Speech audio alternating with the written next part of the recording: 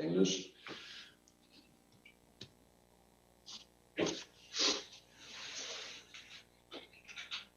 Hello everyone. Welcome to the second day of the Symposium on Foreign Language Learning and Teaching Research. Yesterday we had a very fruitful day with interesting discussions and many questions about the value of multilingualism. My name is Manuela Sato-Prinz and I work on behalf of the German Academic Exchange Service at its Tokyo office and at Keio University. Hello and warm welcome also from my side. My name is Matthias von Gehlen and I work for the Goethe-Institut Tokyo. We now turn to our first event for today. We are very glad to have Mr. Kawashima Eiji, the goalkeeper of the Japan national football team, sharing his views on foreign language learning with us. Eiji Kawashima doesn't need much introduction, I believe. He is famous in Japan and in Europe, where he is currently playing for RC Strasbourg. He played for Japan at the 2010, 2014 and the 2018 World Cup. And amazingly, he speaks English, Italian, Spanish, Portuguese, French and some Dutch. And during the interview, he will give us a few explanations about how he approached those languages. And moreover, he is also a promoter and an ambassador of the Global Athlete Project supporting language learning through sports. And when we said that he is currently playing, that is correct in the true sense of the word. He is actually playing today, which is why we recorded this interview a few days ago during a break between games. To conduct this interview, we found the ideal person to do that in Professor Komekawa. He is a professor in the Department of German Literature in the Faculty of Letters at Keio University. And he has strong ties with the world of sport, as he is writer and editor of the World Boxing Magazine, Japan, and earned his doctoral degree with a thesis entitled The Literary Aesthetics of the Soccer Game. Enjoy this interview, which also has a lot of advice to offer for all who intend to further expand their language skills.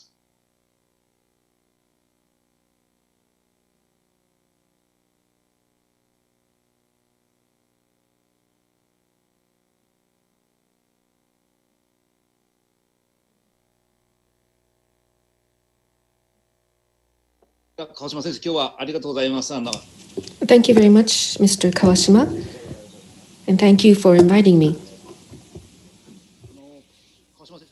So, of course, you are a goalkeeper of the Japan national team, and the reason why we've invited you for this talk is because you are an expert on language learning. And actually, the theme of our event is about multilingualism. So learning multiple languages, the significance of it, how interesting it is and fun it is, what are the difficulties, how did you try to learn language? That's what we want to hear from you. Well, first, when did you start to become aware about learning a different language? Well, I started to study foreign languages because when I was a child, I watched many movies in English, and I thought that speaking a different language was really cool. So that was the starting point. But then after that, when I was 18, I went to Italy. And of course, I had to speak to the head coach and my teammates. I wanted to have better communication with them. And that's when I started to really become serious about learning a foreign language. So you said 18, meaning that you were already a professional soccer player. That's when you started to take interest in learning Italian. Well, yes, I went to Italy,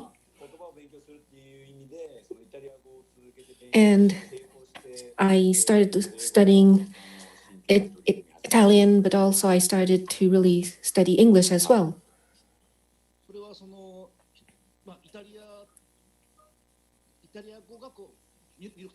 So, did you think Italian was appealing? Well, I like to travel.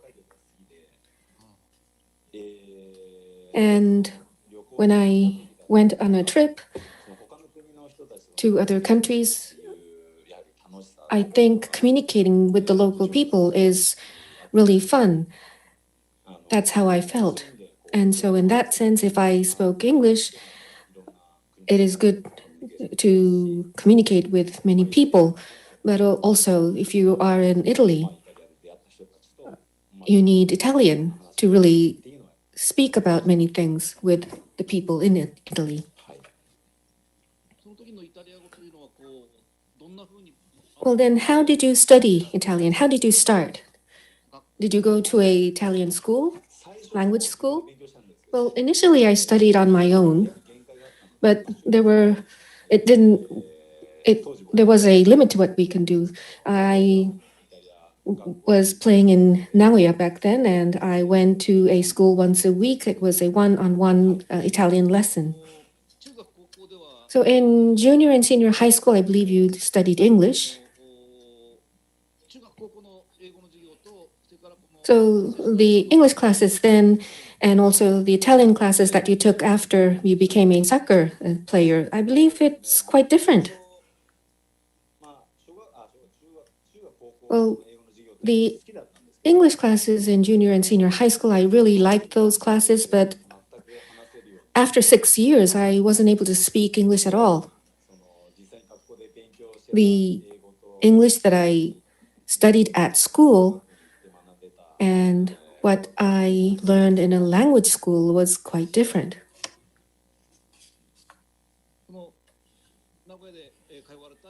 So the Italian language school that you went to during your Nagoya days, was it an Italian teacher teaching you Italian? Yes, it was an Italian teacher. So it was a one-on-one lesson, 1 hour per week. And since then, you had this aim of becoming a player that can play in any country. Was that your ambition? And was that the reason why you studied many different languages? Well, to begin with, I really wanted to communicate with people from different countries. I wanted to be exposed to different ways of thinking, to different cultures. And after I went abroad, I really felt the difference. I wanted to really understand what the head coach was telling me, what was the intention of the instruction that they give. I really wanted to understand that. And if I wanted to understand that, I believe if I can understand that, that would also expand my own thinking. So you said that a goalkeeper should be able to speak a language to communicate with all your teammates. Was that also a reason why you studied language? Well, goalkeepers need to communicate with your teammate. And as you play abroad, if you can't speak the language, as a goalkeeper, you won't be able to really play much in a match. So for my soccer career, I thought that learning a language was important. I didn't want to make any excuses of not being able to speak the language. That's why I really studied hard. So since you were young, I think you faced many hardships. There was a big rival for you, Seigo Narasaki, your teammate. He was a superstar goalkeeper. I believe it was really tough for you to play in many matches. So in order to play, but also at the same time you had to study these different languages, I can imagine it must have been really tough. People pick up a language and then they stop. Sometimes they quit learning that language. But how did you maintain your motivation to learn a language? Well, when it comes to languages, keeping the motivation is, well, of course, you have to keep speaking. There was a time when I struggled because I couldn't speak the language.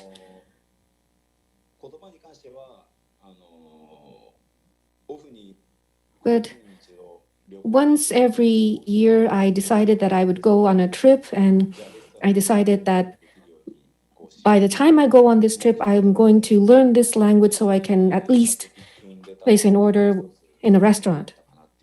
I set that target. So if you have a too grand a target, you will become really embarrassed that you can't speak the language. So if you set a lower target, and if you can clear that target bit by bit, I think it's good to maintain your motivation.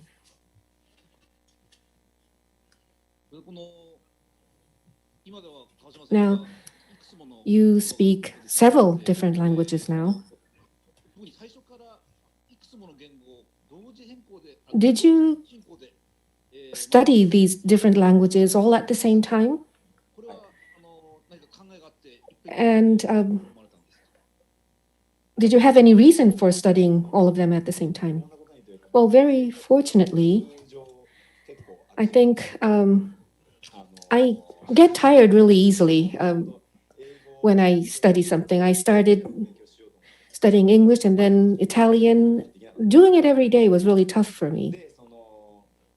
So one day I will study English, and then I hit a wall. I don't understand certain things, and then I would switch to studying Italian, and then I get stuck somewhere, and then I switch to studying French. So I studied a different language every day.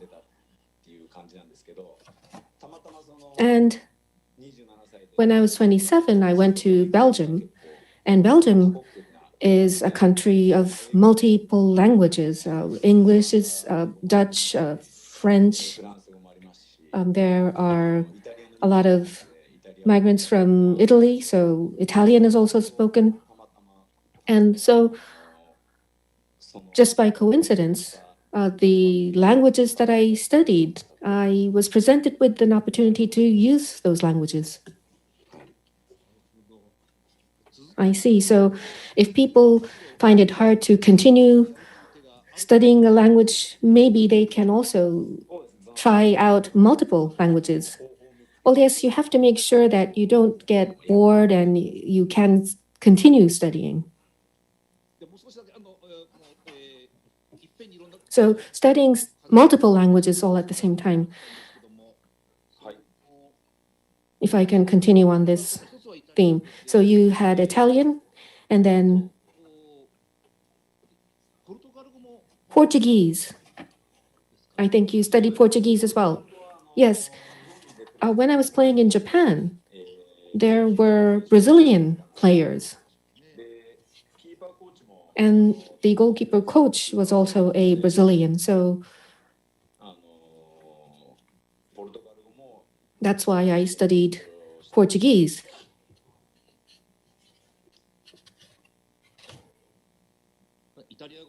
So Italian, Portuguese, you studied that because of your teammates. You wanted to communicate with your teammates. Well, yes, Portuguese. Well, there is a certain story I'd like to share with you.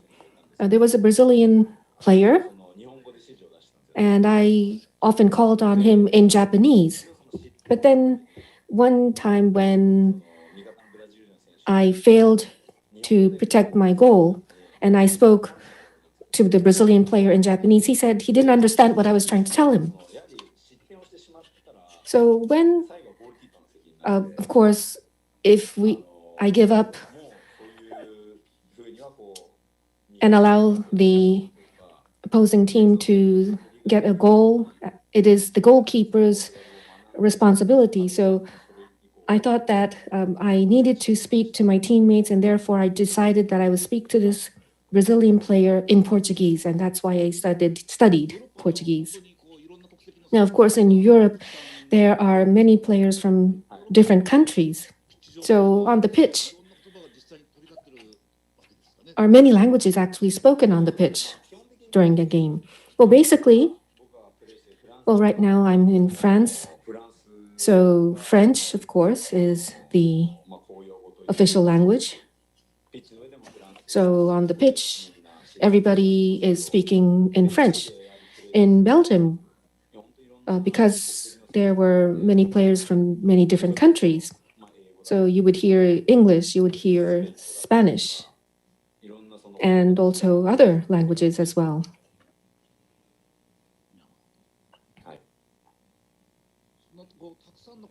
So studying several different languages.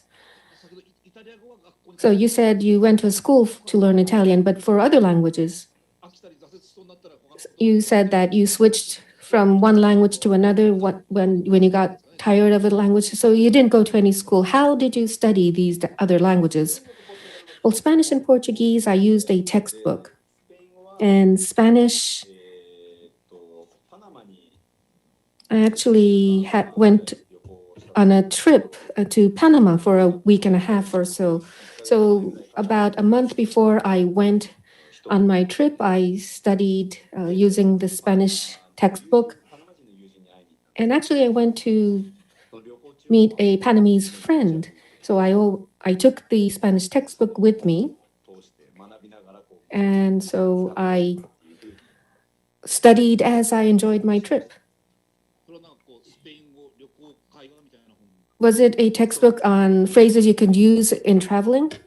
Yes, it was a very basic textbook. Well, if it's just a textbook, sometimes you won't understand how to pronounce the words. Was it okay with you? Well, for French, I gave up on it because it was really difficult to pronounce French words. It's really difficult. Because when two words get stuck together, there's a liaison, and I really didn't know how to read these words. I studied using a textbook initially, but I really didn't get it.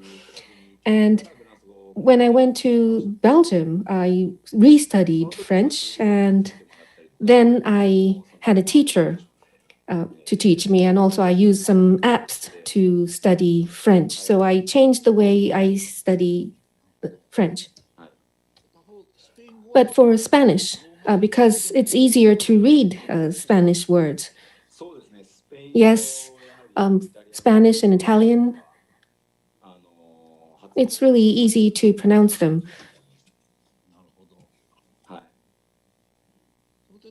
So in that sense, Italian and Spanish is an easy language to pick up, maybe. Yes. Compared to English, as far as speaking is concerned, it was not that difficult. And listening comprehension was not as difficult so long as you have right vocabulary. As far as pronunciation is concerned, grammatically, there were different kinds of issues.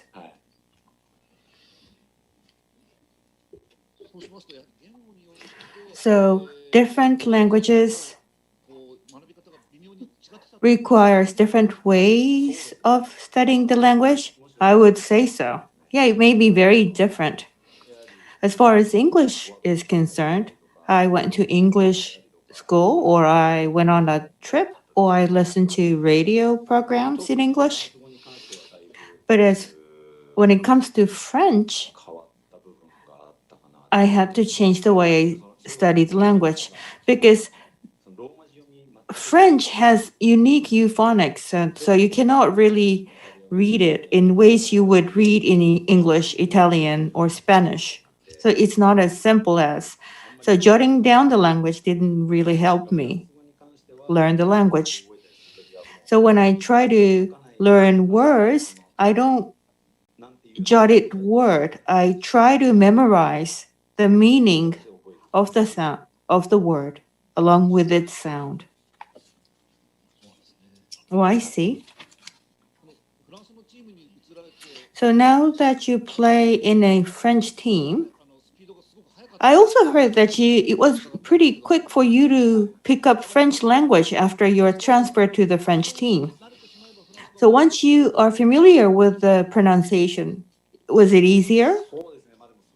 Yeah, but actually French has been one of the most difficult language for me to learn because it took me as long as 2 years to get more familiar with the language, and it took me 3 years to feel some confidence in French.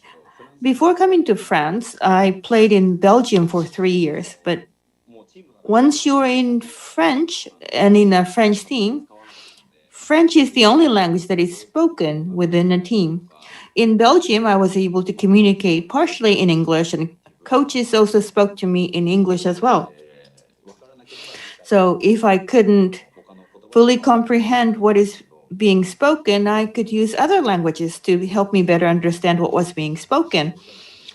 But I was a bit confused because I couldn't understand what the coaches were saying, especially when it comes to the method of training or the menus of the training, for example. European languages are relative languages.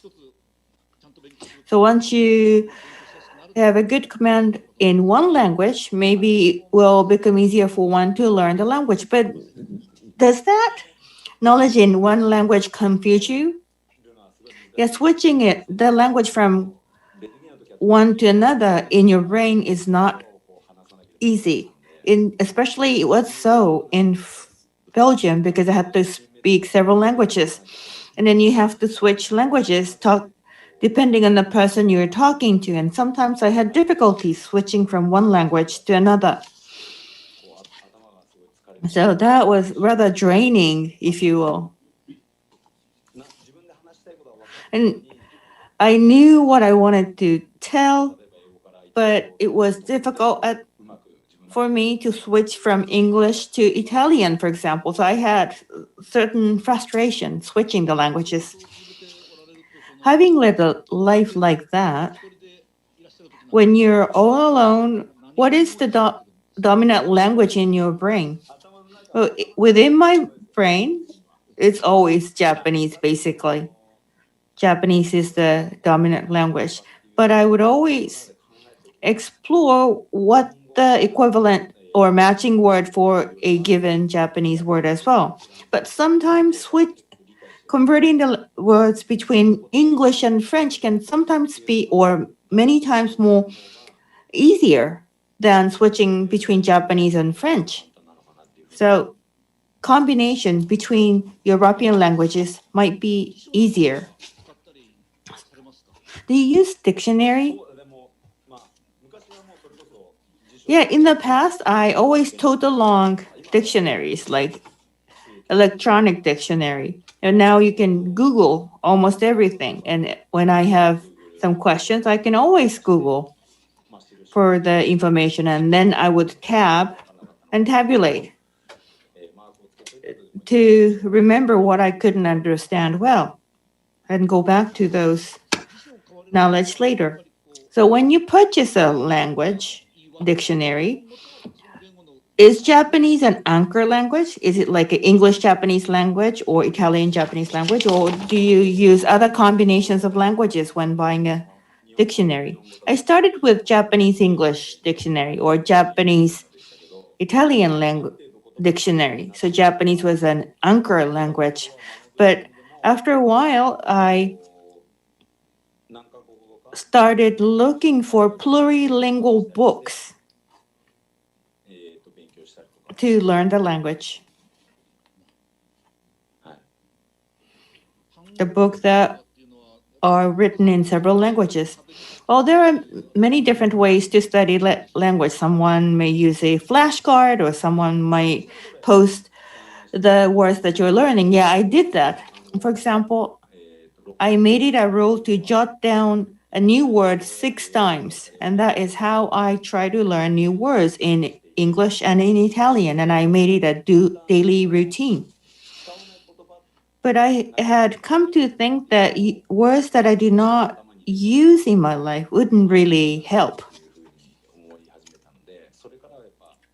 So ever since, I try to focus more on the words that I need in my daily lives. For example, I would watch news programs and then try to look into dictionaries that the words that I couldn't understand or I didn't know, so that I can get a reference point within a framework of news, for example, so that I have thus tried to maintain a sense of relevance when picking up new words. So you've been using lots of ingenuity learning languages. Those internationally acclaimed Japanese football players, I have an impression that many of them are quite fluent in languages and they are into language studies as well. So you have been influenced by senior football players that have been playing foreign or speaking foreign languages as well. When I was studying the language, Hidetoshi Nakata, for example, was one of those football players who is so fluent in Italian. And as a player, following his footstep, I found him quite cool, being able to communicate in a language. And he was a role model, for example. I have an impression that there are many football players who are fluent in foreign languages. Does it have any relations to the nature of the football games? Well, when the Samurai Blue had a camp because of the new coronavirus and pandemic, interaction among players beyond one's room was prohibited. So the only opportunity you can meet with other players were the dinner or meal time. And all the players convened were those playing in the European League. And we had a quiz or a game to find an English word for a local language that they play in. And this didn't happen before, and this was a very new way of communication within the national team as well. So I would say that players who can speak other languages are on the increase.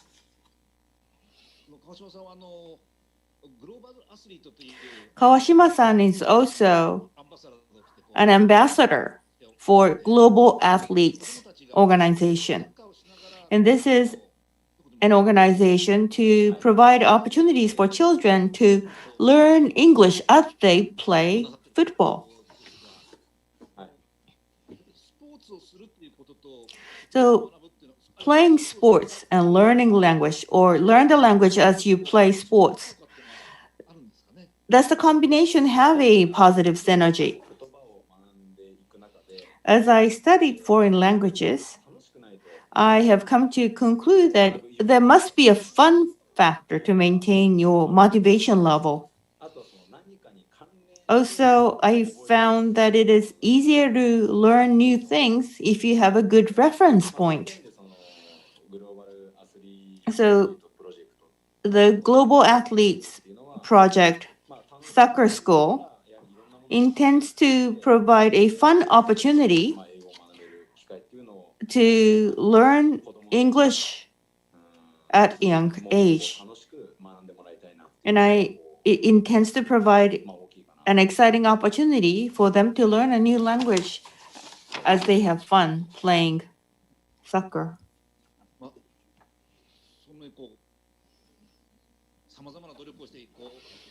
So you exerted lots of effort learning multiple number of languages. And you will come to a point where you have a different job as being a soccer player. So thinking of second career, how do you think the experience of learning foreign languages impact your second career? As I mentioned already, I really didn't have any specific purpose wanting to learn a foreign language. It wasn't the bigger part. Situation demanded that I learn a language, for example, to play soccer or to perform better in the sport. But I naturally liked studying foreign language, and I wanted to communicate with a wider range of people as well. So after my professional career in football, I want to explore such opportunities to communicate with people, and also having interacted with players and people from a range of different countries, I would like to function something like a bridge, if you will. The Global Athlete Project also is an organization that has a high interest, deep interest in second careers of athletes. And do you consider the second career of athletes as one of an interesting topic? As has been discussed already, today's football players are becoming increasingly flexible. Many of them are becoming more fluent in non-Japanese languages. That also means that these players can be a good role model for the entire Japanese society. Japan's wonderful culture, nature, or personality of Japan. These needs to be communicated to the world and appreciated by the world, in fact. And these people and players can lead such an endeavor. So for Japanese people to be the world leaders, language should not be an impediment. So I'm talking about things beyond soccer or beyond sports. In other areas as well, language should not be the barriers for Japanese people to lead the world.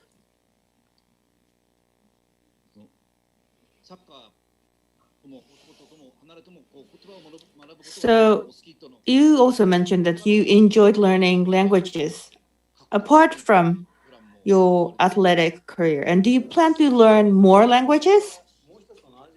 Well, I have long thought that I wanted to learn an Asian language.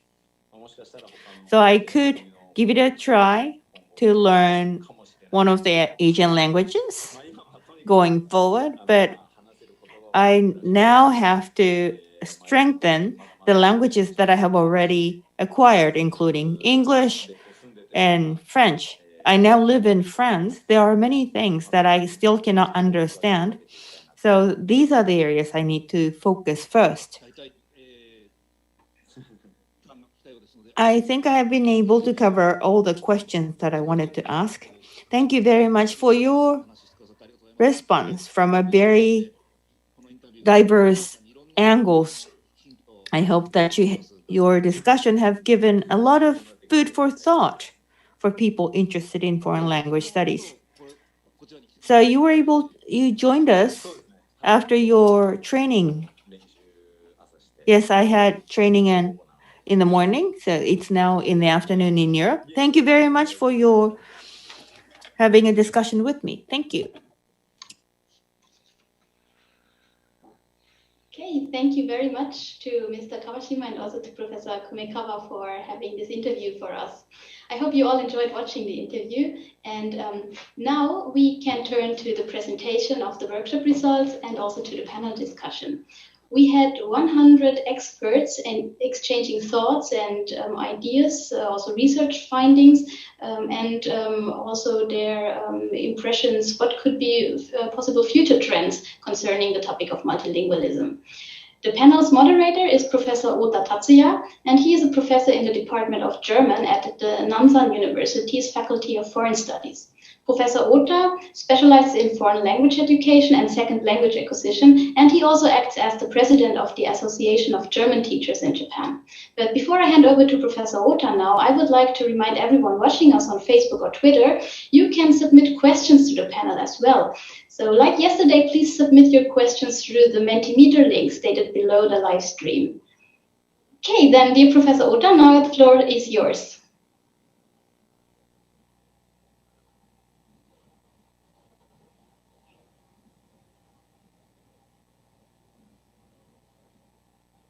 Professor Ota, I'm afraid we cannot hear you yet.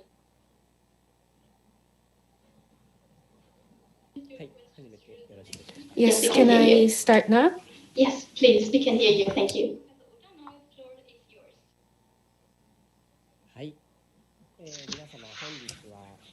Ladies and gentlemen, thank you very much for coming. We will now...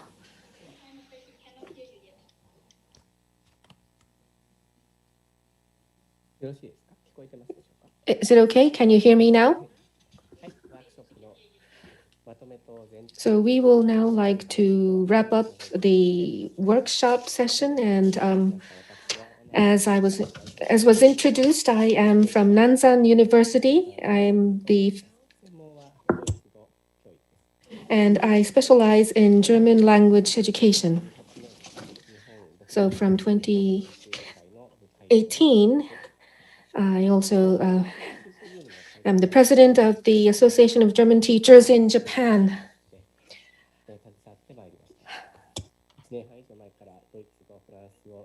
So there are different languages, and we have been preparing for the workshop session, and we looked at multilingualism or plurilingualism, the individual level, classroom level, curriculum level, and research as well as society. We thought that these 5 segments should be looked at, and therefore we had a workshop on these 5 different segments that we had a lot of discussion among experts. In the pre-phase video and also yesterday as well, we were able to hear a very interesting discussions, and we had a 1.5-hour workshop just a little while ago, and we focused on the 5 themes that I've talked about. I would first like to hear some presentations about what has been discussed in the workshop, and then after that we will have some reflections, and then we will have some time for Q&A at the end. On the first day also, we had Mr. Kenji Ono from the Ministry of Education. He is the director of the Office for the Promotion of Foreign Language Education, and we will also hear from him as well. And in this session, we are not going to use honorifics other than son. We are not going to call you doctor or professor something. We will just say Miss or Mr. Something. And so if you have any questions, please use the link to send in your question. And if you want to have somebody answer it, please indicate who the question is for. And I would like to introduce the presenters before they speak. So now I'd like to introduce, first of all, Mr. Kenji Ono. He is from the Ministry of Education, Sports Science and Technology. He's from the Primary and Secondary Education Bureau. He serves as the director of the Office for the Promotion of Foreign Language Education. So he is in charge of looking at primary and secondary education. And he is here as a panelist for this panel discussion part. But Let us move from one workshop to the other. The first workshop would be Multilingualism and Personal Development Group. Ms. Ueno was the chair. I'm very sorry. Excuse me, excuse me.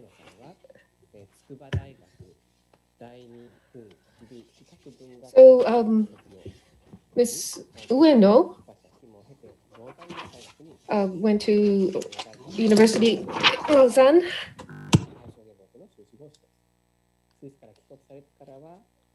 Having come back from Switzerland, she has worked for the UN Population Fund.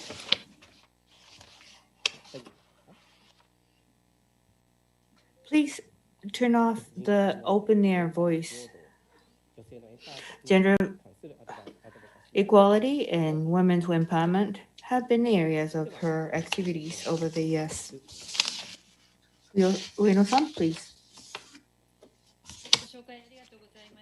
Thank you very much for your kind introduction.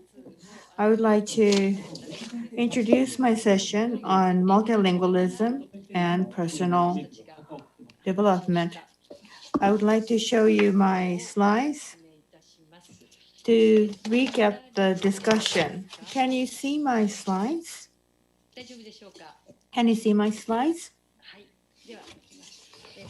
Now I'd like to start on the recap of the personal development and multilingualism. The session has been joined by 10 members. Before today's workshop, we have asked ourselves 3 questions as shown on this slide.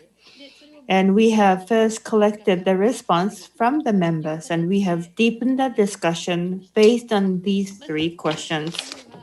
First, on multilingualism, we explored from 2 vantage points. The first being the personal perspectives, whether multilingualism can expand one's horizons of perspectives, and if so, how does it happen? We try to explore actual cases. Second is the external activities or external advantages of multilingualism in society at large. And third question was, even though it is assumed that multilingualism or multilingual education have lots of advantages, we explored if there are any issues or challenges for multilingual education. And I would like to share with you the outcomes of our discussion. The first question about the possible expansion of one's opportunities and perspectives. And the answer was agreed that it is yes. With diversity and flexibility in thought process and the value sets, multilingualism can have a positive impact on one's personal development for growth. Language has influence over one's thought process, cognition, and recognition. Say, for example, Russian or Polish languages, for example, have different adjectives or other adverbs. They are more genderistic when it comes to the language, and that can foster the sense of gender at an earlier age in Russian and Polish and similar languages. Japanese and Korean, for example, have some other forms that where the sense of seniority is embedded within the language already, and that can probably influence the sensitivity of seniority within a society. Hence, the cross-cultural experience or exposure to new value systems can lead to a higher level of adaptation in the learners. This, in turn, will allow the learner to look at his or her mother tongue and culture from a more relative perspective. And these were the cases that have been shared by the participants in the session. The second question was about social positioning of multilingualism or multilingual education. What kind of advantages, if ever, the multilingual capability may have? Say, for example, French proficiency can help fashion, cuisine, or art. And for these people looking into the areas I have just mentioned, French capability can be a major big plus. Or thought, philosophy, or music may be more easily understood or studied if one can speak German. And this will probably give individuals an internal perspective because they, with the capability of the language, the speaker can be part of the society where the language are spoken. So learning an additional language can help the speaker gain new knowledge or sense of values or concepts that do not necessarily exist in the mother culture. And this then will lead to the confluence of one's mother tongue culture and language and learned language and culture. And this will probably benefit by creating new values. But there should be some disadvantages or issues or challenges of multilingual education as well. Pointed first was the fact that language is not merely a tool of communication. Language is part of one's identity. So acquiring a new language could cause some transformation of one's identity. Of course, one may have a more three-dimensional perspective if one can learn more language, but one's identity can also be transformed with the acquisition of additional languages. So that can have a positive and negative impacts as well. And within a framework of multilingual education, one may be trapped within a framework of stereotyping French or Chinese. There are different types of French or Chinese may be different whether if it is in mainland or in Hong Kong, or French in France and French in Canada may also be different. So language is multi-layered, and that needs to be kept in mind preparing educational materials or giving lessons. Especially in Japanese society, entrance exam or job hunting tends to consider foreign language is equals to English almost all the time. And non-English foreign language ability should be better appreciated because this sometimes is considered as a disadvantages under certain circumstances. In Japan, when students are encouraged to learn a foreign language, they should be encouraged to use or learn non-English languages as well. And that encouragement is very important as well. To recap, multilingual education allows one to gain new knowledge and new exposure to culture. And as an educator, well, educator needs to function as a mediator or a guide into a new domain, and that is a very important role. But that is how the richness of multilingualism can be communicated to the learners and the next generations.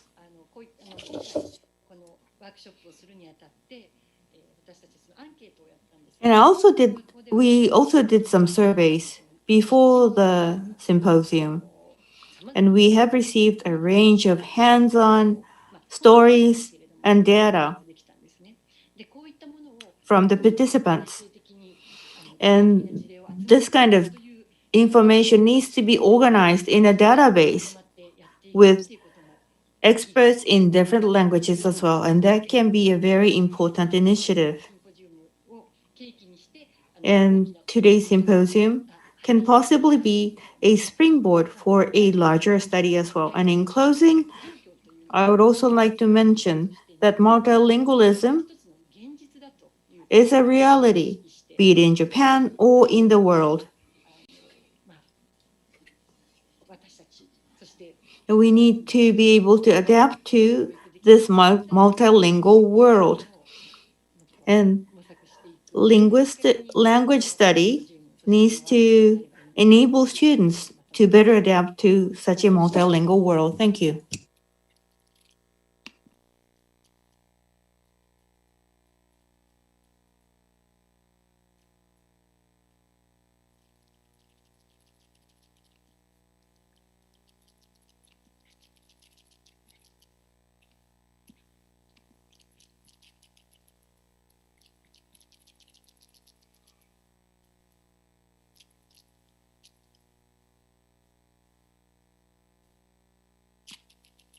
I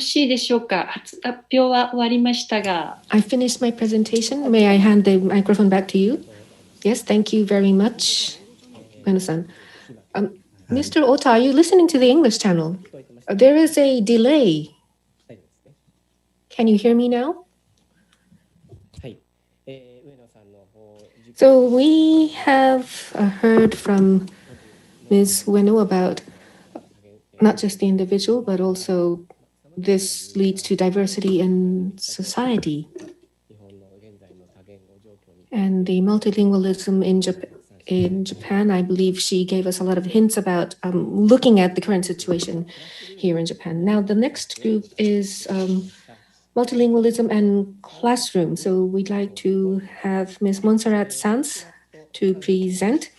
And she got her BA from Complutense University in Madrid and got her master's degree as well as PhD in linguistics and brain and cognitive science in the United States. And right now she teaches at Kobe City University of Foreign Studies.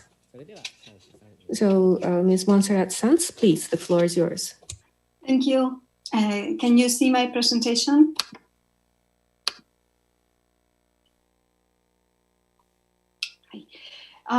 First, let me apologize if I'm not able to summarize very well the interesting and very creative discussion that happened in my session with the 14 participants in it.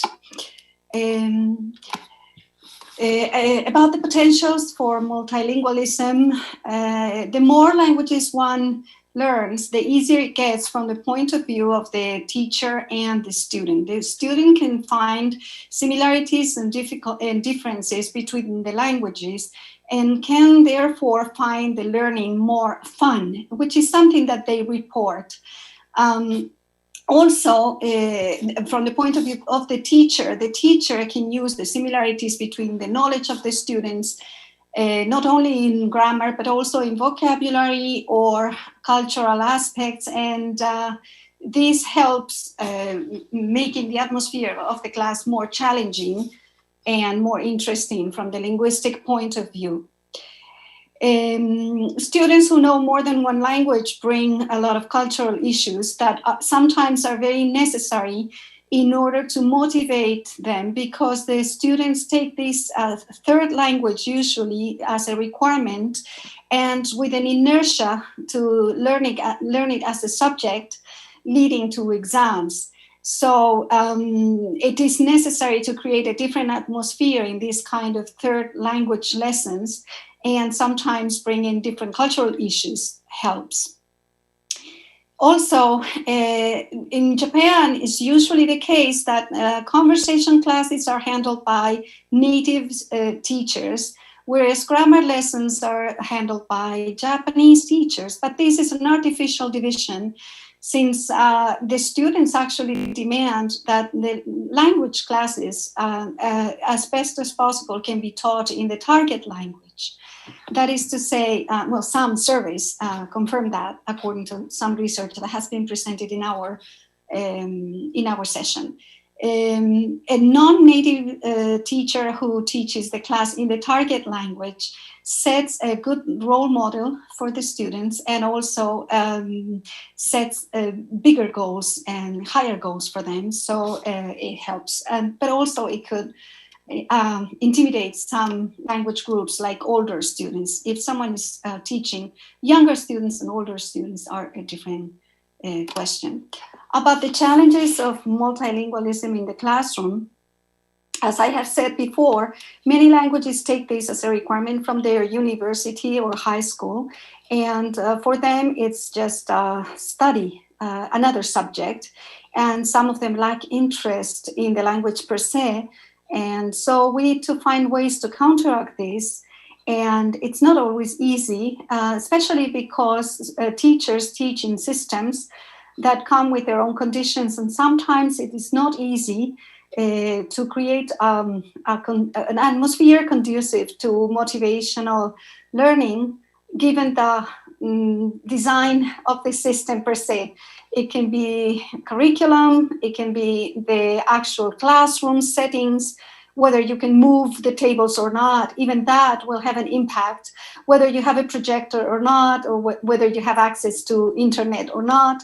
Everything that conforms the setting in which we teach determines the way we can teach.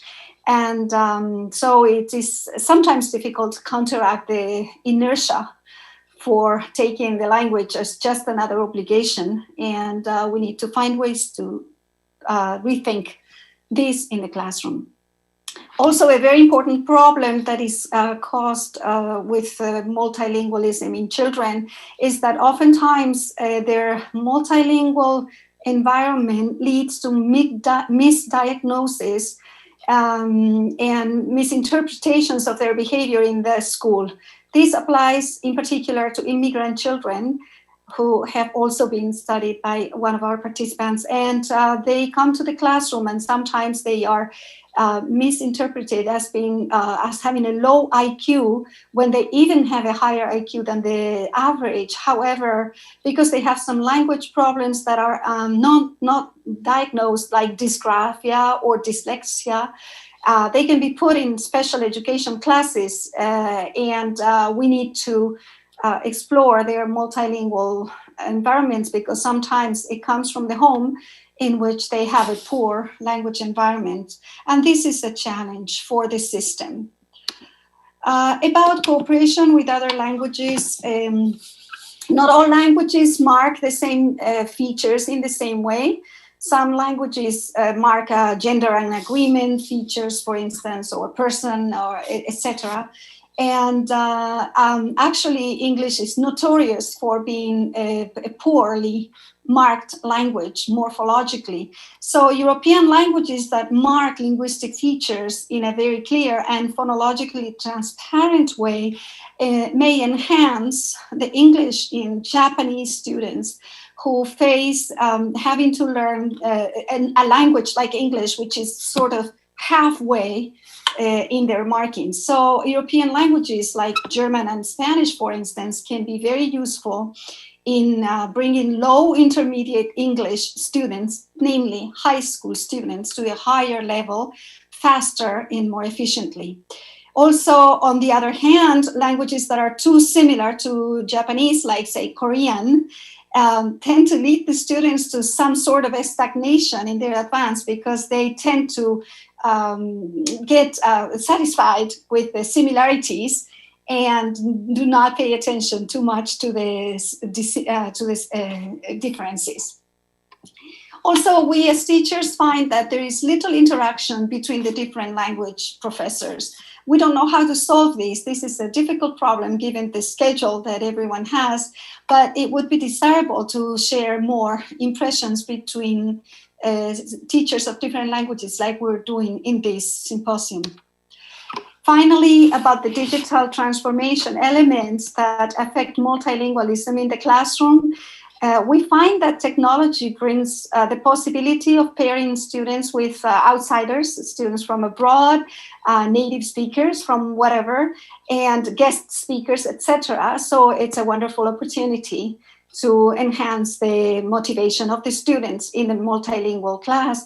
And also it allows us to bring a lot of audiovisual materials, which bring a lot of cultural issues and fun issues for the students to bridge that motivational gap that we talked about before. And a big challenge for us teachers right now is the existence of online translators, because as it turns out, students turn out their compositions now, and we end up correcting to Google Translate if they use those tools for their production, for their written production. So we are now in the process of finding a creative way to incorporate these technological advances into the teaching, namely teaching them how to use Google Translate in different ways, or not to use it, but use Google to look for examples or to look for definitions of their words in the language, in the target language. I think this is all. Thank you very much. And thank you to all the participants who did a wonderful job and prepared very well and stuck to the time allotted. Thank you very much.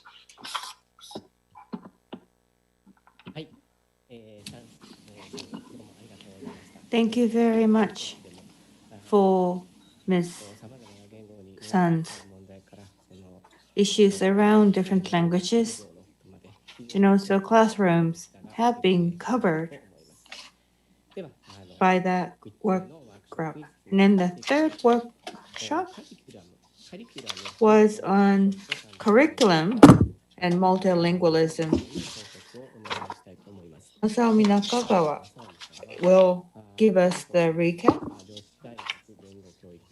He has taught at Ohio Women's University and Paicha University at the Korean second language department. He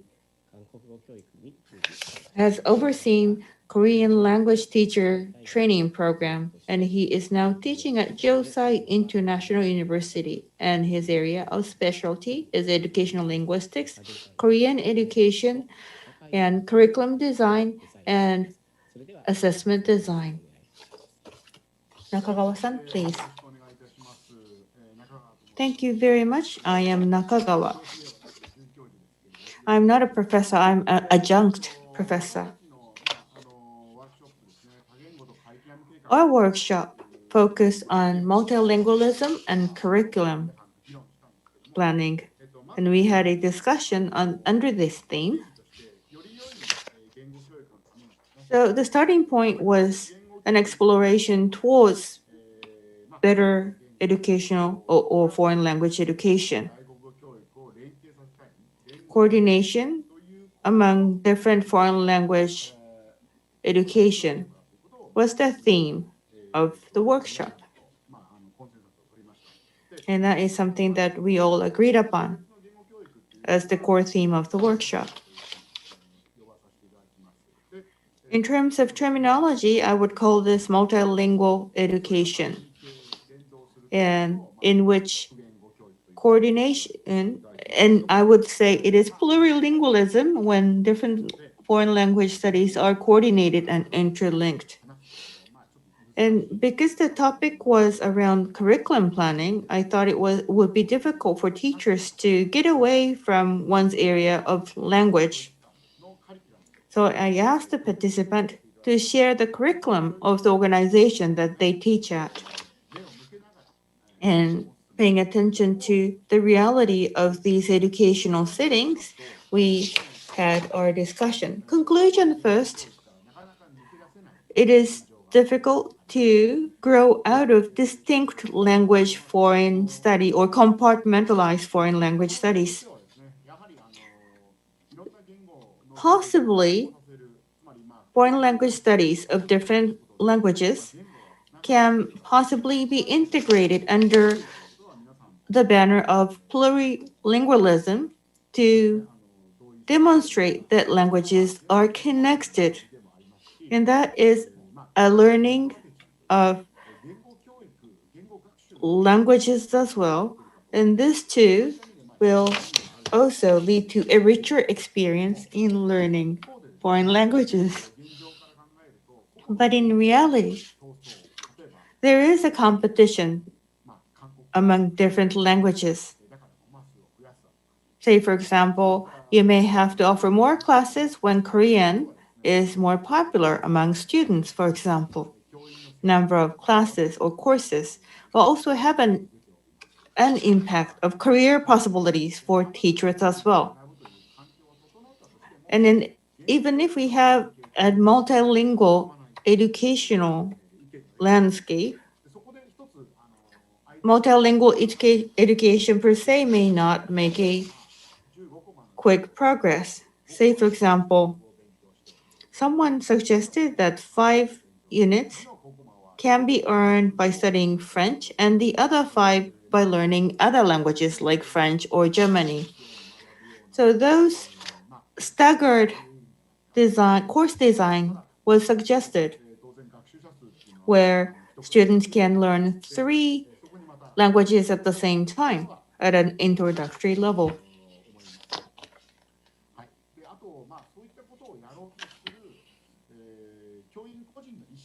And also in terms of the mentality or mindset on the part of the teachers, even though one teacher may have such a mindset, that doesn't ensure that the educational institution has such a mindset as an organization.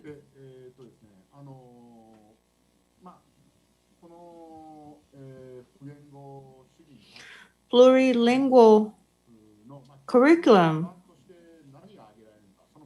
What are the common factors, or what kind of possibilities or potentials can we find in plurilingual educational setting? The workshop was joined by a number of university teachers, but I thought that this should be started at an earlier stage as well, so that university can also offer richer multilingual educational setting. Secondary education or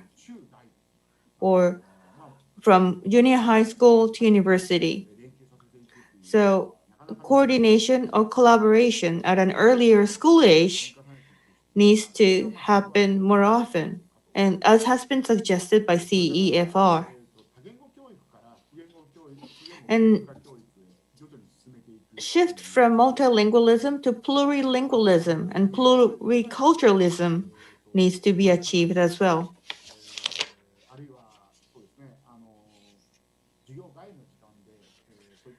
Multilingualism or multilingual education is often offered in extracurricular activities. By enhancing the quality of such activities, educational institutions should make efforts to make a positive switch from multilingualism to plurilingualism.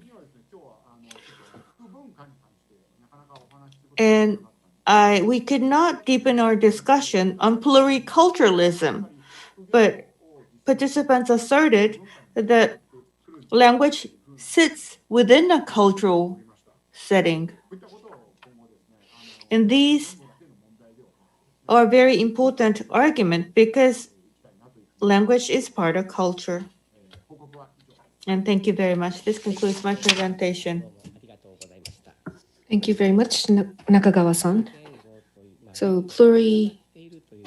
multilingualism, that language is connected. I think that awareness is very important. When we speak different languages, we sometimes think that each language requires independent knowledge, but it's actually all connected. And starting from a young age all the way up to university, we need to make sure that we are aware of plurilingualism. So the fourth presenter is from the Multilingualism and Research Workshop. And I'd like to introduce Ms. Hitomi Otani. She got her PhD in the Graduate School of International Studies at J.F. Oberlin University. Right now, she is a lecturer at J.F. Oberlin University College of Global Communication and also the Confucius Institute at Oberlin University. So, Otani-san, please, the floor is yours.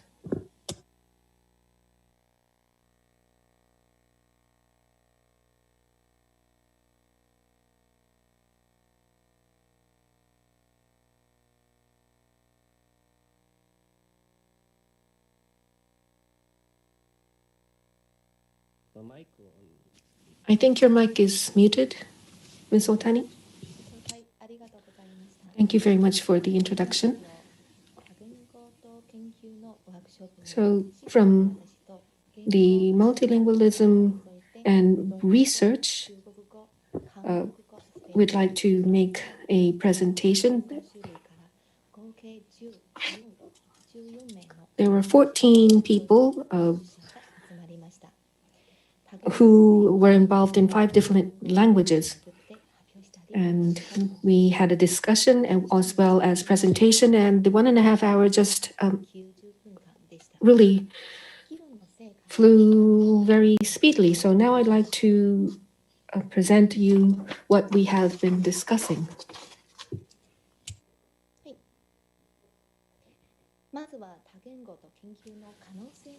So first, about the potential of multilingualism and research. Here in Japan, multilingualism was not supported by the government. It was an exception, but 4 years ago, in 2017, finally, the government has started this promotion project to learn multiple languages.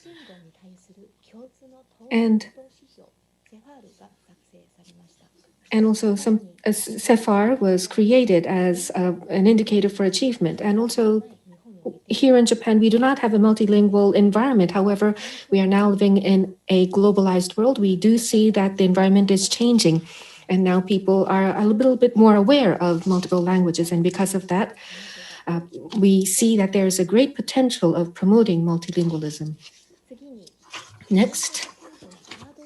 What are the hurdles or the difficulties, challenges in multilingualism and research? First of all, human resources. It's very difficult to secure human resources.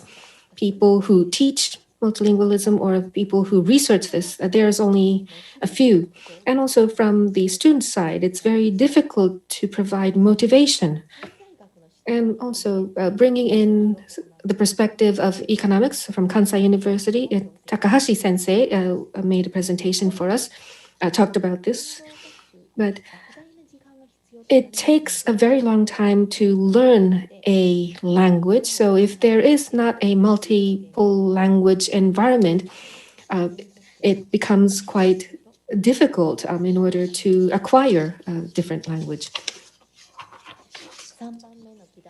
The third point of discussion was about some common foundations. So related languages, of course, there are many similarities between related languages. So by comparing these languages, we can carry out research, and also we can use these similarities to instruct students on these languages.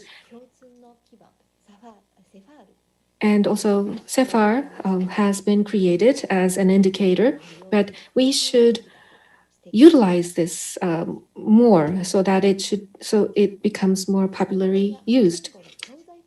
And also thirdly, a teaching material development.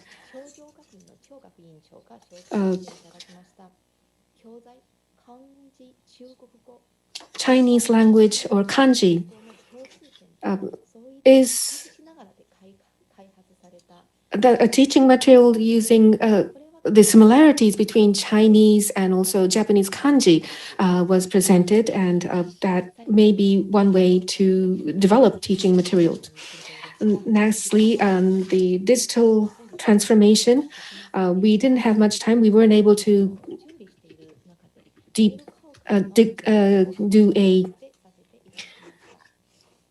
have a full discussion on this, but improving the translation sites and also developing language learning apps and also online education and also commonizing the keyboards. So that was what we have discussed. We had a lot of discussion, but because of time concerns, I won't be able to go through all that we've discussed. But these are the teachers, the professors who have led the discussion. I have just indicated their names. Thank you very much for your kind attention. Thank you very much, Otani-san. Multilingualism and research is the area many of you, I assume, are interested in, and many of you are actually experts. Relative languages and comparison among relative languages is a very interesting perspective. It is very important, and it is quite meaningful to look into the comparative analysis of these relative languages. And last but not least, from Group 5 on multilingualism and society. Workshop has been led by the leader, Professor Kazumi Sakai. Allow me to briefly introduce Professor Sakai. He is a professor of the Faculty of Economics of Keio University, and he used to be the director of Foreign Language Education Research Institute. His area of specialty is foreign language education, educational engineering, especially German language education or language education policy are the areas where he has written numerous articles. Professor Sakai, floor is yours.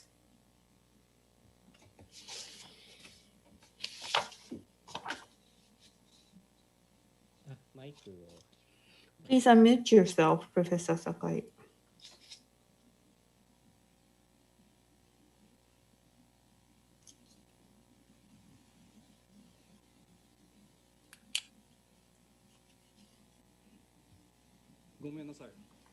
Thank you for your patience.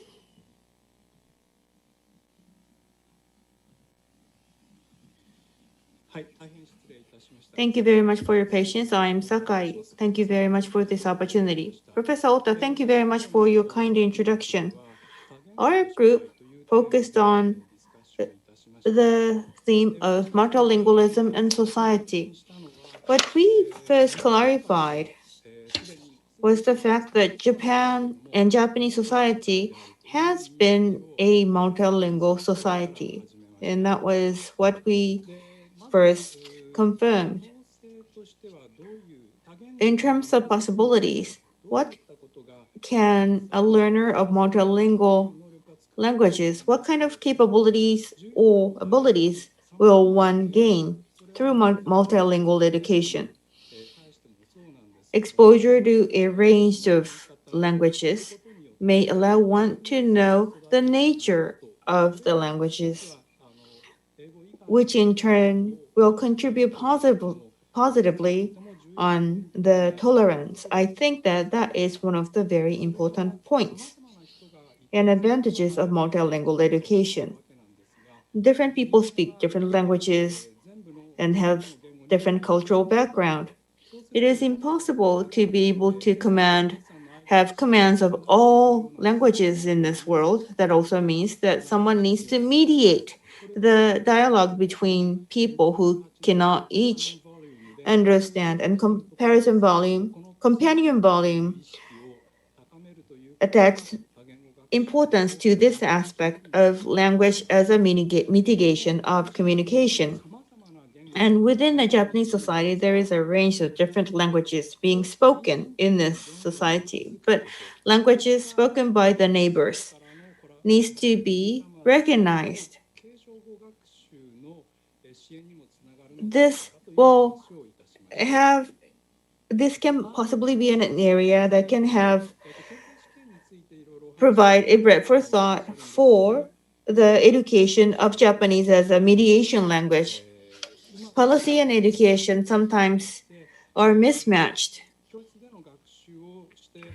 Studies in classrooms and certificate tests may have wrong matching as well in terms of the level of difficulty. And the same can be said for entrance exams as well. So the gap can be a hurdle or deterrent for people to learn languages.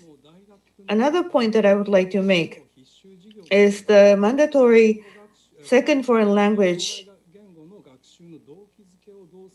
often lacks motivation on the part of the students, so good motivation needs to be provided. Those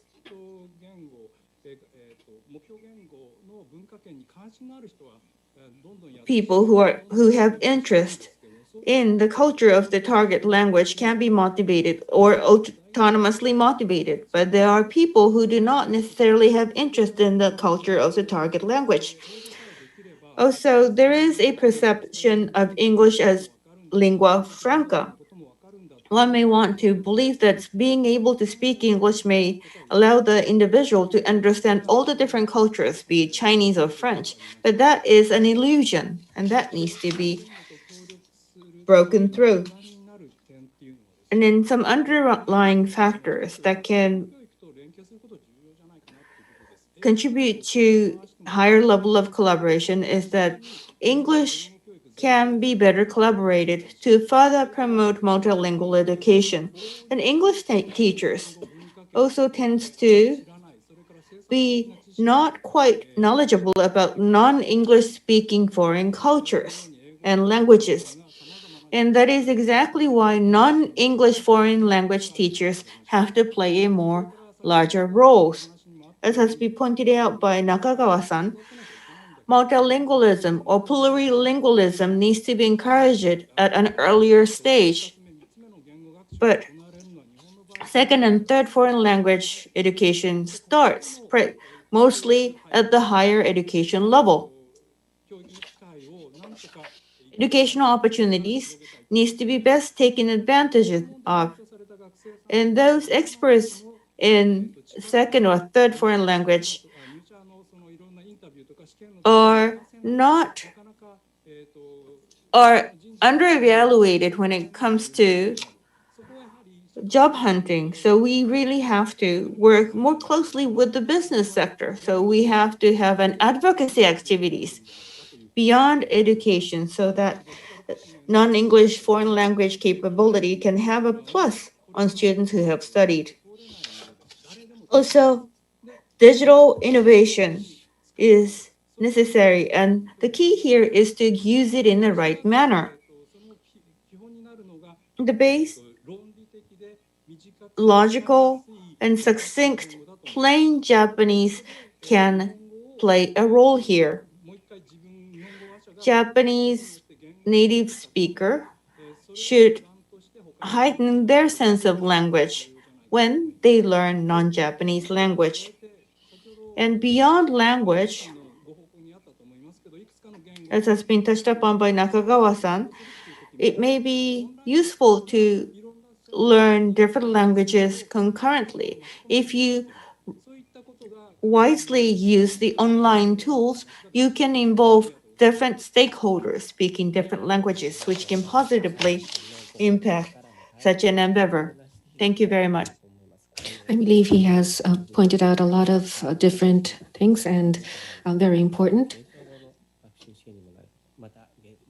And he spoke about some tactical aspects, lobbying activities, and going beyond the classroom setting So a very insightful presentation. Thank you very much. Now, we would like to have some reflection and discussion. We don't have much time, but first I would like to ask Mr. Ono from the Ministry of Education to maybe make some comments or also come in for discussions. And we will also like to take up questions from the audience as well. So first of all, would anybody like to make any comments about what you've heard in the presentations?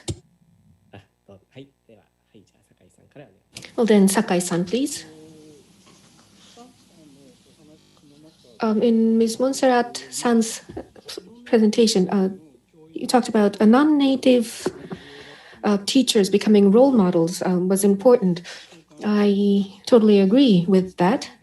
So a non-native teacher was a learner before you. So it means that that person faced the same kind of difficulties and have overcome those difficulties and are now able to speak a certain language. So for speaking, the non-native teachers should be at the front line of teaching. So that's my comment. Yeah. Yes, absolutely. People think that it is impossible to teach grammar in like the target language for beginners. However, we have seen a presentation today by a professor who does this very efficiently in Spanish in particular, even for beginners. And then the students are a little, of course, shocked at the beginning. However, if she tries to use Japanese afterwards, they say, no, sensei, just stick to Spanish, because they find that a very interesting intellectual exercise apart from the role model of the language. I think we should stop this distinction between native teachers doing conversation and Japanese teachers doing grammar or other things in Japanese. It's not necessary. Thank you. Yes, I totally agree with you. Yes, thank you very much for that. Anything else? May I? Then Ueno-san, please. In our discussion, we heard about, well, Japan is already multilingual. There were people who really felt that strongly, but on the other hand, there were people who didn't feel that very strongly. And Professor Maha had indicated this, but in the national census, 27 languages are being used, and that in itself is really wonderful. However, the survey did not ask about language. So people who are involved in multilingualism, we understand that Japan is multilingual now, and we want to promote that. But on the other hand, there is this kind of myth that Japan is one nation with is a homogeneous country, and if we have English, that is all you need to become an international citizen. So I think there is this discrepancy in awareness, and we have to change that in all levels. For example, at the education level, or in all the systems and institutions, and also on the individual level. You have to change that. You have to make things more open so that people are more motivated to learn languages, and so that Japan can become a more tolerant and more diverse society. Maybe that is what is required of multilingual education. And I would like to ask Mr. Ono about what you think about this.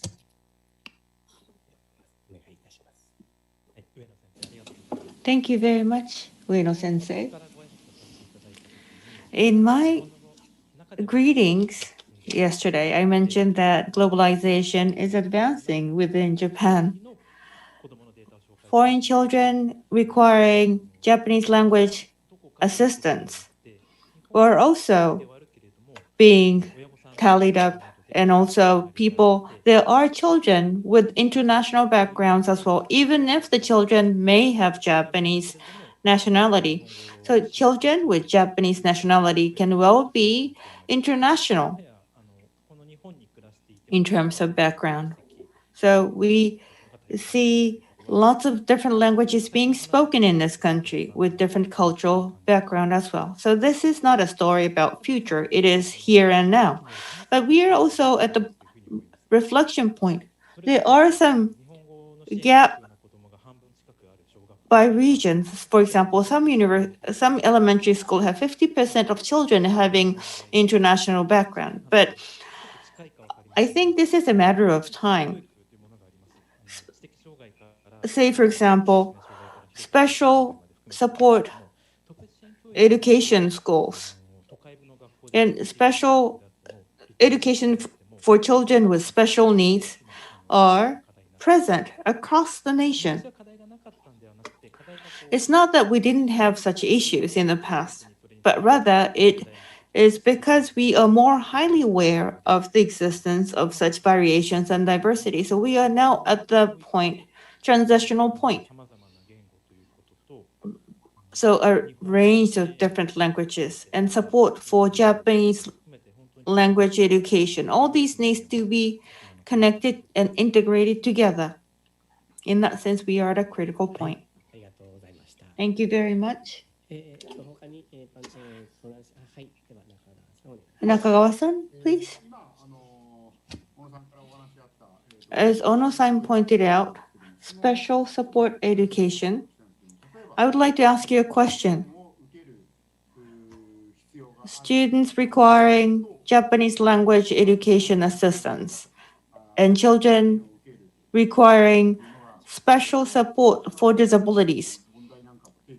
Are there issues that these different types of children are mixed up together in terms of categorization or classification? And that can be an issue as well.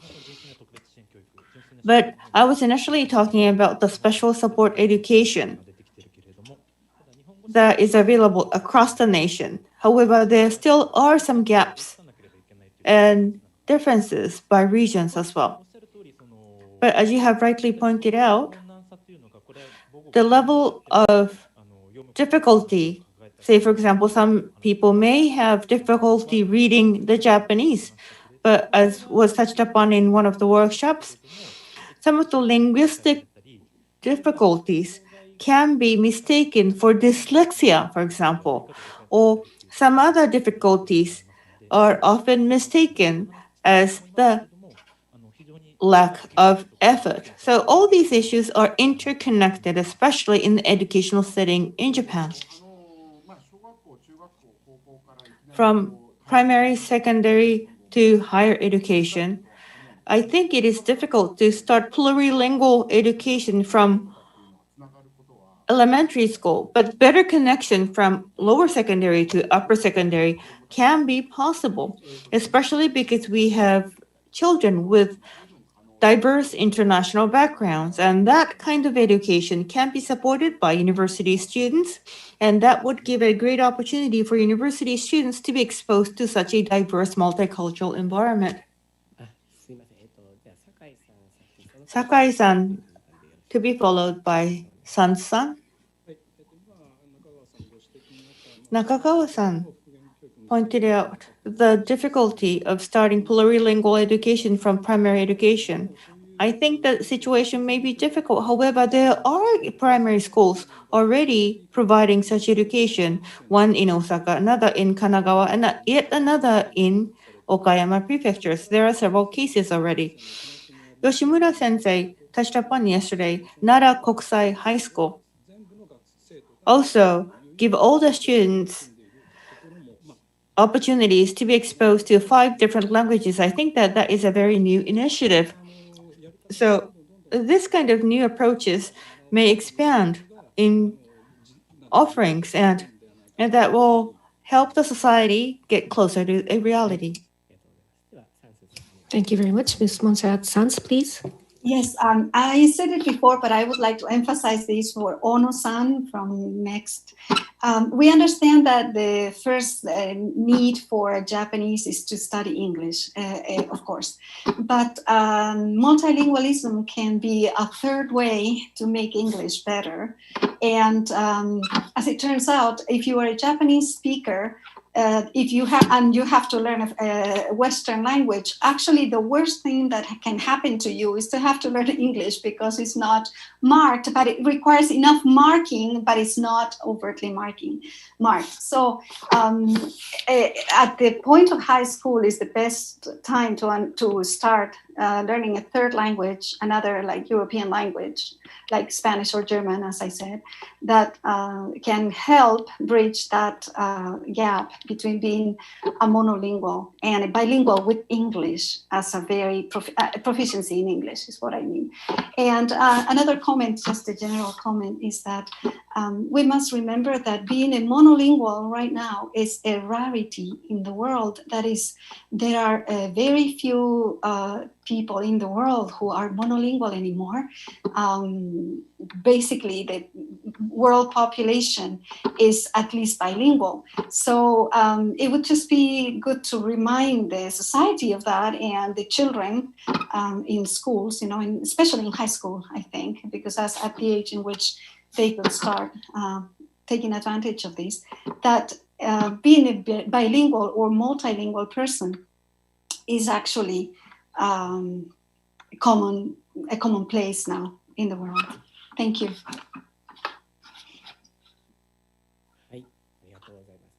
Thank you very much for that. I agree with what you say. And from the floor, there are many questions, so I think I would like to take some of them up here. The question to Mr. Ono from the Ministry of Education. Japan is now becoming a multilingual culture, so have you ever thought about teaching languages other than English in all high schools? So, Mr. Ono, please. Thank you for the question. I think we heard it in one of the workshop presentations, but in the course of study, we just say foreign language education.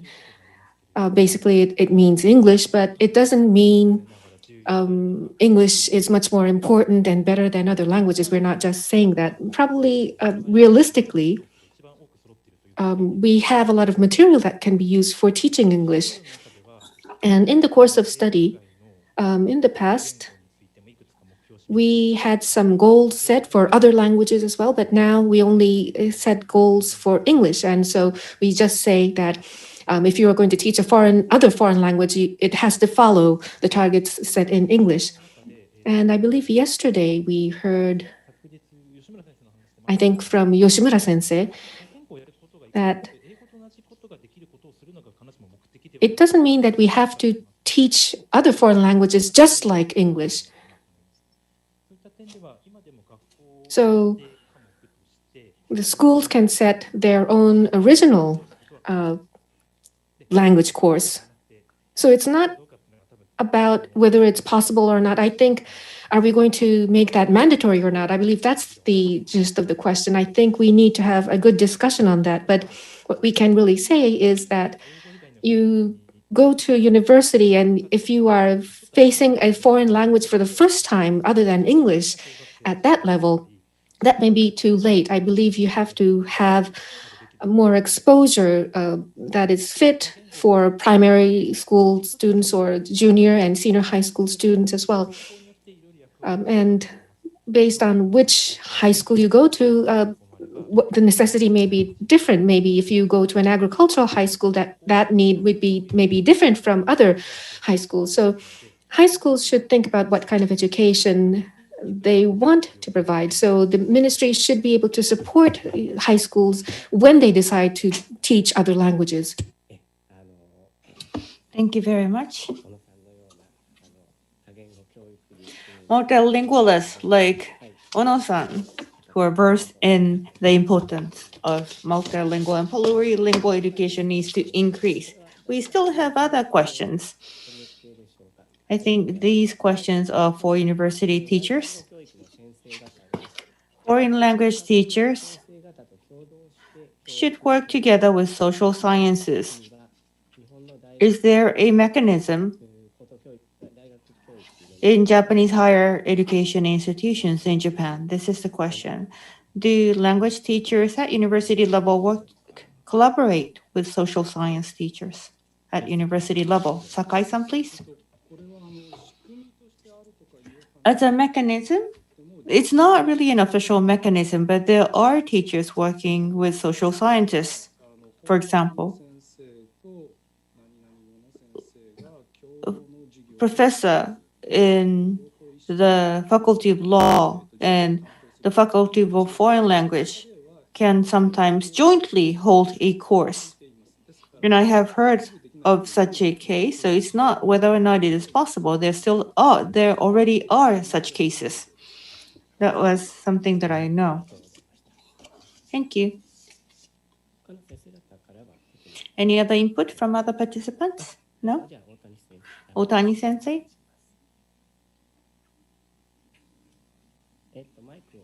Please unmute yourself.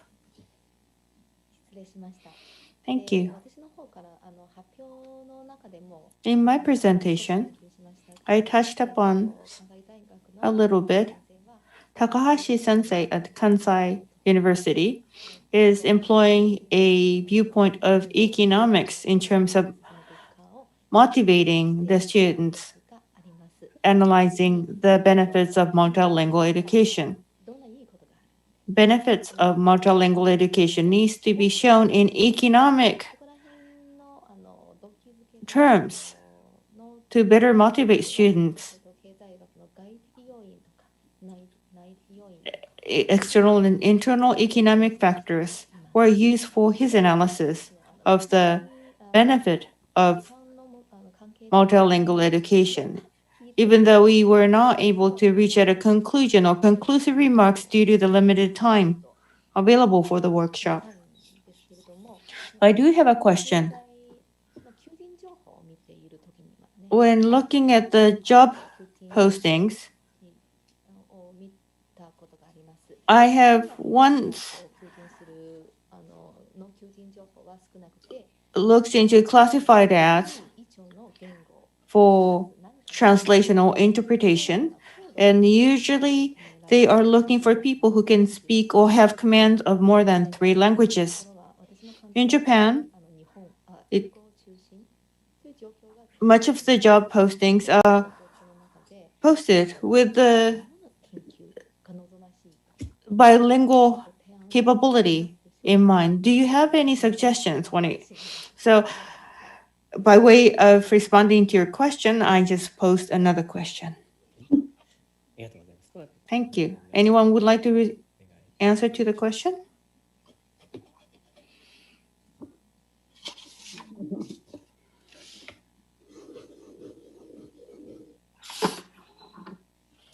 Well, I guess that should be for companies to realize the value of multilingualism, right? And well, I happen to teach at a department of Spanish, which is, so my students are multilingual, and they are starting to be valued more and more in their shushoku katsudo for their ability to speak fluent Spanish as well as English.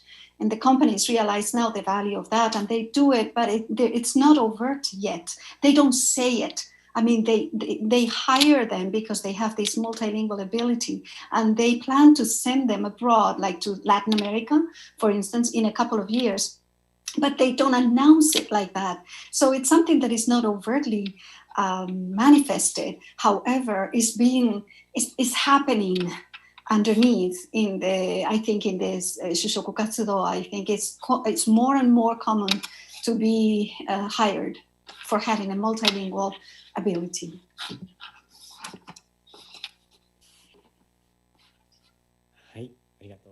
Thank you very much for that. Let's take just one more question. So, how can teachers of different languages can collaborate together? Are there any suggestions? We don't have much time left, but maybe just one word.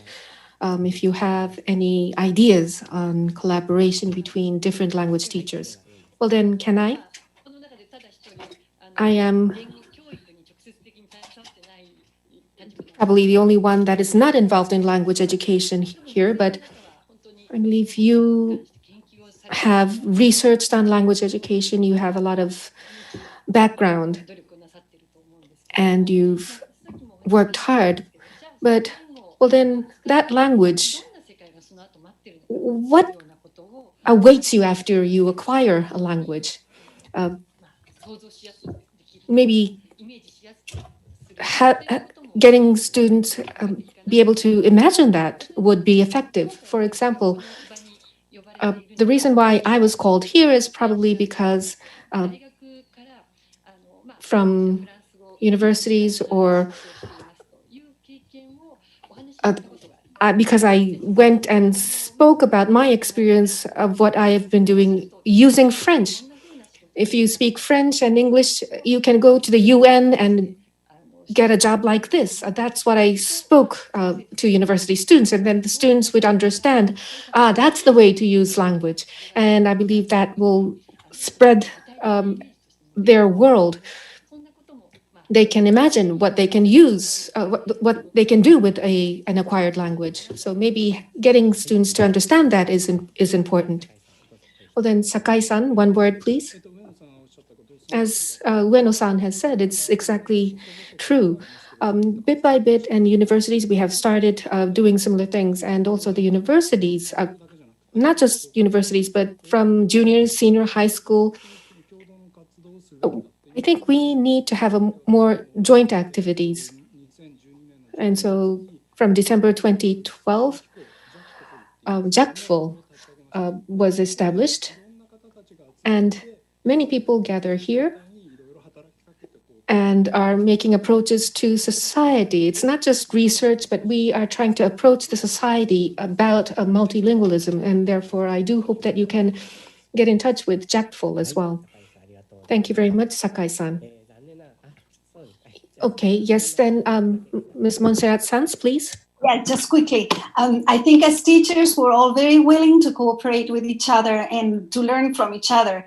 However, we must remember that as departments, I think we are competing to get the best students for our language. I mean, we cannot forget that there is some corporativism, and I want the best students for my Spanish department, you know, so maybe I'm stealing them from the French department or something, but that's unavoidable in society to be competing for good resources.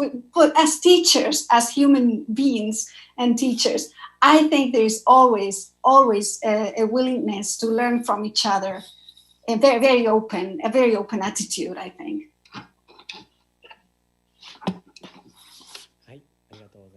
Thank you very much. And I believe students can start learning third and fourth language besides English, and I believe that would create a wonderful synergy. And unfortunately, it's now time to close, and we were hoping to have a face-to-face symposium, not an online symposium like this, but because of the coronavirus, I believe we had to switch to an online format. But because of that, we had many participants. And I think the impact was really big, and multilingual education would probably lead the way into creating a more diverse society and the creation of new values. We should be aware of that, and we need to lobby more for multilingualism. In Ono-san's greetings, it was emphasized that teachers for non-English foreign language is now being budgeted by Ministry of Education, which is quite encouraging for those of us in the area of foreign language study. needs to embrace the issues, and this symposium provided a great opportunity to embrace the challenges and issues at hand. And I hope that you found similar impressions as well. Thank you very much for your participation. To participate in this session, I would like to take this opportunity to express our heartfelt appreciation to all the discussants and Mr. Ano. Thank you very much, audience, for your tuning into this workshop plenary session. With this, the plenary session is now closed. Over to the Goethe-Institut. Yes, thank you very much, everyone, for this very lively discussion. Our gratitude to Professor Ota for being the moderator, to all our workshop leaders, and to Mr. Ono to give us these thoughts and many results, I think, that we can expand further on. This is, of course, something that as hosts we also have in mind, that this is just the beginning of further discussions and activities among professionals and individuals who are interested in this topic. Of course, everybody's contributions to the symposium, they will be shared and published as a sort of basis for further discussion and exchange. You will find the keynote speech, the plenary talks, and also the workshop results and this panel discussions, along also with the interview with Eiji Kawashima on the websites of Goethe-Institut and also the DAAD. Yeah, please allow me to close with some words of thanks. So our special thanks go to the Korean Cultural Center, the Instituto Cervantes Tokyo, the Institut Francais du Japon and the French Embassy, and the Confucius Institute at JF Oberlin University for their great and continued support for this symposium. This was indeed a joint effort. In this regard, I would also like to express our gratitude for the valuable advice provided by the Japan Forum and the Japan Council on Teaching of Foreign Languages in Japan, so JACTFL. And also during the whole preparation, we benefited a lot from the input of our three academic advisors, Professor Angela Lipski, Professor Marco Reindl, and Professor Ota Tatsuya. Thank you all very much for your advice and for your time. And of course, we would also like to thank all speakers and workshop chairs and Mr. Ono, and he's actually just one representative of several staff members of the Ministry of Education, Culture, Sports, Science and Technology that joined us. Thank you all very much for your input throughout the whole symposium. And finally, special thanks also to everyone who worked behind the scenes of this two-day live event, the interpreters, the language assistants in the workshops, and the technical staff, and to the audience listening to this two-day symposium. Thank you very much, and goodbye.